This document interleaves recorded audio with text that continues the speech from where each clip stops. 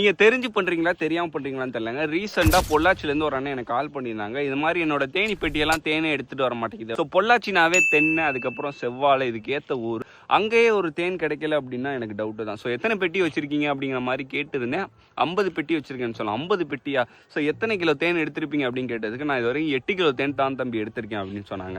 ஒரு 2 லட்சம் ரூபாய் இன்வெஸ்ட் பண்ணி 8 கிலோ தேன் எடுத்திருக்கேன்னு வந்து நம்மள்ட்ட சொல்றாரு அப்படின்னா நமக்கே ஒரு கஷ்டமா இருக்கு. அவருக்கு எப்படி இருந்திருக்கும்? இந்த மாதிரி ஸ்கேம்ல நானும் மாட்டிருக்கேன். ஸ்கேம்னு சொல்றதுக்கு முன்னாடி நாம ஏமாந்ததுன்னு சொல்லலாம். தேனிப்பெட்டி வளர்க்கணும்னு ஆசைப்படுறீங்களோ இல்ல இயற்கை விவசாயம் பண்ணணும், அதுல தேனிப்பெட்டி கொண்டு வந்து வைக்கணும் அப்படின்னு ஆசைப்பட்டீங்கன்னா ஃபர்ஸ்ட் கவர்மெண்ட் நோக்கி போங்க. ஸோ மகளிர் சுய உதவிக்குழு ஒரு ஆதார் கார்டுக்கு 2 அந்த மாதிரிலாம் கொடுக்குறாங்க. ஸோ அந்த மாதிரி வாங்கி ஃபர்ஸ்ட் அந்த மாதிரி பண்ணுங்க.